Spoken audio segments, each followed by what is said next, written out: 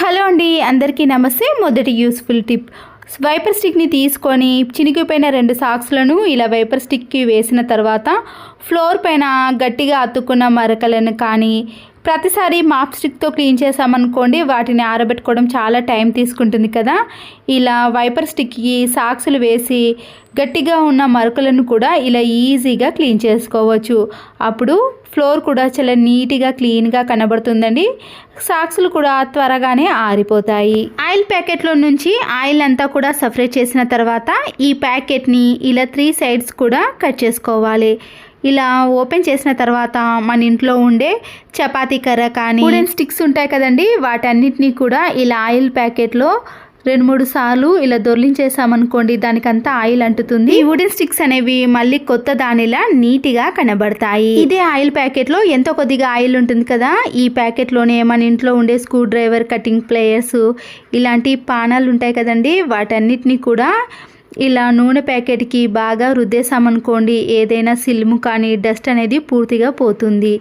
దీంట్లోనే ఒక 5 to 10 minutes కానీ ఒక హాఫ్ అన్ అవర్ కానీ ఈ ఆయిల్ ప్యాకెట్లో చుట్టేసి అలాగే పెట్టేసామనుకోండి, ఈ పనిముట్లు అనేవి చాలా నీట్గా క్లీన్గా తయారవుతాయి. దేవునికి ప్రతిరోజు ఫొటోస్కి పువ్వులు పెడతాం కదండి, రోజ్ ఫ్లవర్స్ అయితే స్మెల్ అనేది ఇంకా బాగుంటుంది. నేనైతే ఇక్కడ కొన్ని రోజ్ ఫ్లవర్ని 2-3 చామంతిలు ఉన్నాయండి, వాటన్నిటిని కూడా ఇందులో కలిపేసాను. మనము సమ్మర్ కాబట్టి వీటిని ఎండబెట్టాల్సిన అవసరం కూడా ఉండదండి. ఒక కవర్లో వేసామనుకోండి, 2-3 రోజులకే ఇవి పూర్తిగా ఇలా ఎండిపోతాయి. వీటిలో ఉండే కాడలన్నిటినీ కూడా తీసేసి ఈ ఫ్లవర్స్ అన్నిటినీ కూడా ఇలా పూర్తిగా చేత్తో స్మాష్ చేసేయాలి. పూర్తిగా ఎండిపోయాయి కాబట్టి ఇలా ఈజీగానే అవుతుందండి.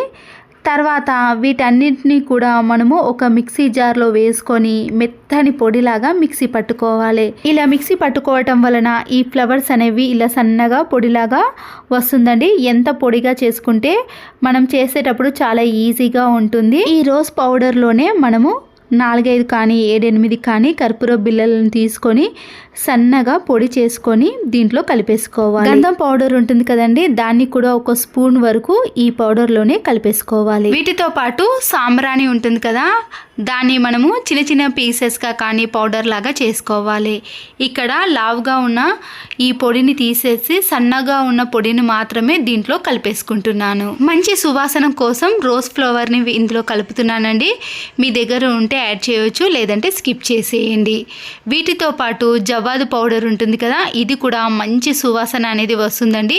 దాన్ని కూడా ఒక చిటికెడంతా కూడా దీంట్లో కలిపేసుకోవాలి. ఇలా మంచి సువాసనవి వచ్చేటివి ఏదైనా ఉన్నా సరేనండి, దాన్ని దీంట్లో కలిపేసుకోండి.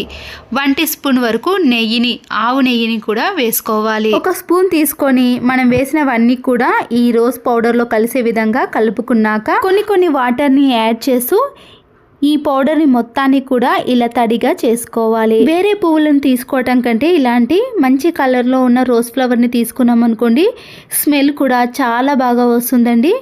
ఇలా పౌడర్ని అంతా కూడా మెత్తగా తడుపుకున్నాక మనకి ఏ షేప్లో కావాలంటే ఆ షేప్లో వీటిని ప్రిపేర్ చేసుకోవాలి. మనము బయట డబ్బులు ఖర్చు పెట్టి ధూప్ స్టిక్ తీసుకుంటాం కదండి, అలా కాకుండా ఇలా ఇంట్లోనే ₹1 కూడా ఖర్చు పెట్టకుండా మనము ధూప్ స్టిక్ని ఇంట్లోనే ప్రిపేర్ చేసుకోవచ్చు. ఎటువంటి కెమికల్స్ని వాడకుండా ఇంట్లోనే మంచి సువాసన వచ్చేవన్నీ కలిపేసి ఇలా ధూప్ స్టిక్ని ప్రిపేర్ చేసుకున్నామనుకోండి, ఇల్లంతా కూడా మంచి సువాసన అనేది వస్తుంది.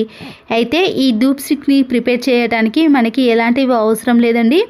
పాతది ఏదైనా ఇలాంటి ధూప్ స్టిక్ బాక్స్ ఉంటే దాంట్లో వచ్చే దానిపైన మనకి నచ్చిన షేప్లో ఏ విధంగానైనా ప్రిపేర్ చేసుకోవచ్చు. వీటిని ఒక రోజంతా కూడా ఎండలో ఆరబెట్టుకోవాలి. డస్ట్బిన్లో మనము ముందుగానే ఇలా ఒక టిష్యూ పేపర్ని కానీ న్యూస్ పేపర్ని అడుగు భాగాన వేసామనుకోండి, వాటర్ అంతా కూడా ఇది పీల్చేస్తుంది.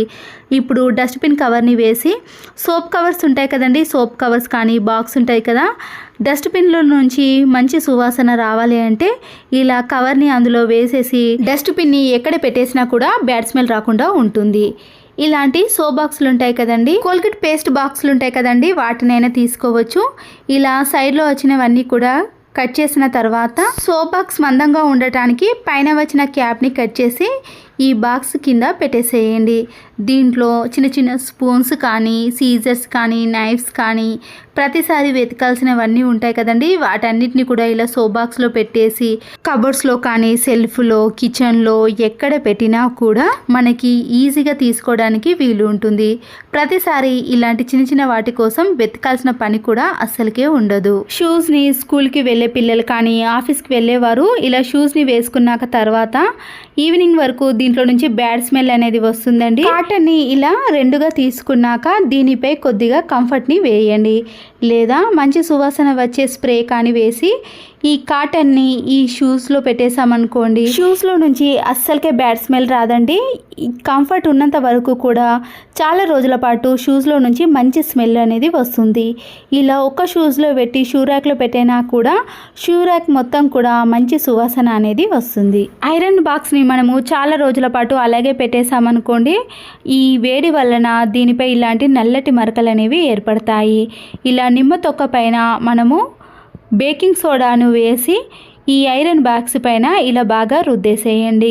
ఇలా ఒక 30 సెకండ్స్ పాటు రుద్దేసామనుకోండి, ఐరన్ బాక్స్కి ఉన్న నలుపంతా కూడా ఈ నిమ్మ తొక్కకు వచ్చేస్తుంది. తర్వాత ఒక పొడి క్లాత్తో ఈ ఐరన్ బాక్స్ని ఇలా నీట్గా క్లీన్ చేసుకున్నామనుకోండి, ఐరన్ బాక్స్ పై ఉండే మరకలు అనేవి అస్సలకే కనిపించవు, దానిపైన గీతలు కూడా ఏర్పడవండి. ఇలా ఐరన్ బాక్స్ని నీట్గా క్లీన్ చేసుకోవచ్చు. ఐరన్ బాక్స్కి ఉండే వైర్ని ఇలా నీట్గా చుట్టేసిన తర్వాత క్లిప్పులు కానీ, రబ్బర్ బ్యాండ్ కానీ ఏది అవసరం లేదండి. ఇలా డైరెక్ట్గా మనము ఐరన్ బాక్స్కి వచ్చిన మధ్యలో దీన్ని పెట్టేసామనుకోండి, వైర్ అనేది దాంట్లో నుంచి బయటికి రాకుండా ఇలా నీట్గా ఉంటుంది. స్పాంజ్ స్క్రబ్బర్ ఉంటుంది కదండి, మనము విండోస్ యొక్క ఇలాంటి నెట్ని క్లీన్ చేయడానికి బ్రష్లను కాకుండా ఇలాంటి స్పాంజ్ స్క్రబ్బర్తో క్లీన్ చేసామనుకోండి, దాంట్లో ఉండే సన్నటి డస్ట్ అనేది ఇలా పూర్తిగా పోతుంది. అప్పుడు విండోస్లో నుంచి మంచి గాలి, వెంటిలేషన్ అనేది పూర్తిగా వచ్చేస్తుందండి. ఫేస్కి ఒక మాస్క్ను వేసుకొని ఇలాంటి విండోస్ని క్లీన్ చేసుకోవాలి. చిన్న చిన్న సబ్బు తునుకలు ఉంటాయి కదండి, అవి వేస్ట్ అని పడేస్తాం, కానీ వీటికి ఒక 4 కానీ 3 కానీ లవంగాలను ఇలా గుచ్చేసేయండి.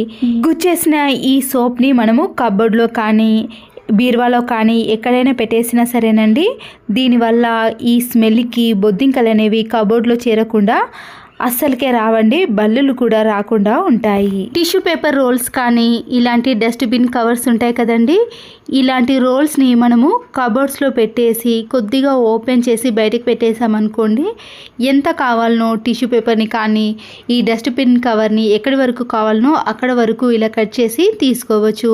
ప్రతిసారి ఓపెన్ చేయకుండా కబోర్డ్స్ని కానీ, సెల్ఫ్ని కానీ ప్రతిసారి డోర్స్ని తీయకుండా ఇలా ఈజీగా మనము డస్ట్బిన్ కవర్ని తీసుకోవడానికి వీలవుతుంది. మరొక యూస్ఫుల్ టిప్ని కూడా చూసేయండి. నెయిల్ కటర్ ఉంటుంది కదండి, నెయిల్స్ని కట్ చేసేటప్పుడు షార్ప్నెస్ అనేది లేనప్పుడు అయిపోయిన టాబ్లెట్ షీట్స్ ఉంటుంది కదండి, దాన్ని ఇలా నెయిల్ కట్టర్తో చిన్న చిన్నగా కట్ చేసుకోవాలి. లేదంటే ఇంట్లో ఫాయిల్ పేపర్ ఉంటుంది కదండి, దాంతో కూడా ఇలా కట్ చేసుకున్నాం అనుకోండి, నెయిల్ కటర్ అనేది మళ్ళీ కొత్త దానిలా షార్ప్నెస్లోకి వస్తుంది. ఆయిల్ క్యాన్కి జిడ్డు పట్టినప్పుడు మన చేతులు నొప్పి పెట్టేదాకా క్లీన్ చేయాల్సి వస్తుంది. పదే పదే క్లీన్ చేయకుండా ఒకేసారి ఆయిల్ క్యాన్ని ఈజీగా క్లీన్ చేసుకోవాలి అంటే మన ఇంట్లో ఉండే కోల్గేట్ పేస్ట్ ఉంటుంది కదండి, దాన్ని కొద్దిగా ఆయిల్ క్యాన్కి అప్లై చేసి టిష్యూ పేపర్తో కానీ లేదా మామూలుగా ఉండే ఏదైనా క్లాత్తో ఇలా రుద్దేశారనుకోండి, దానికి ఉండే జిడ్డు అనేది పూర్తిగా వచ్చేస్తుంది.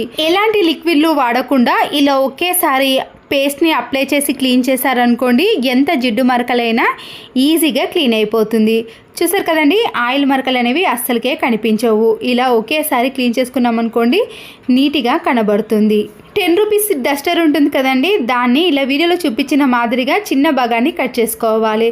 లేదంటే మీ ఇంట్లో ఉండే ఏవైనా స్పాంజ్ క్లాత్లు ఉంటాయి కదండి, దాన్నైనా తీసుకోవచ్చు.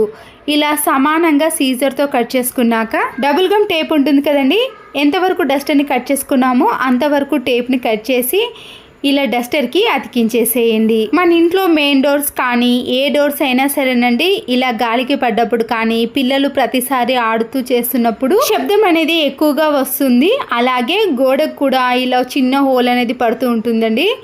మనము అతికించుకున్న ఈ డబుల్ గమ్ టేప్ని ఇలా వాల్కి అతికించేసి గాలికి కానీ లేదా ఎవరైనా గట్టిగా డోర్ని తీసినా కానీ మనకి ఎలాంటి శబ్దం అనేది ఉండదు. అప్పుడు గోడకు కూడా ఎలాంటి హోల్స్ కానీ క్రాక్స్ కానీ పడకుండా నీట్గా ఉంటుంది. డోర్ కూడా ఎలాంటి శబ్దం లేకుండా డిస్టర్బెన్స్ లేకుండా ఇలా ఎంత గట్టిగా వేసినా కానీ డోర్ శబ్దం అనేది అస్సలకే వినిపించదు. చూసారు కదండి, పిల్లలు ఇంట్లో ఉన్నప్పుడు కానీ లేదా గాలికి ఇలా డోర్ అనేది పడ్డప్పుడు మనము స్పాంజ్ని పెట్టేసామనుకోండి, నీట్గా ఉంటుంది. ఈ యూస్ఫుల్ టిప్స్ మీకు నచ్చినట్లయితే తప్పకుండా ఒక లైక్ చేసి మీ ఫ్రెండ్స్కి రిలేటివ్స్కి షేర్ చేయండి. మరో యూస్ఫుల్ వీడియోతో మళ్ళీ కలుద్దాం. Thanks for watching.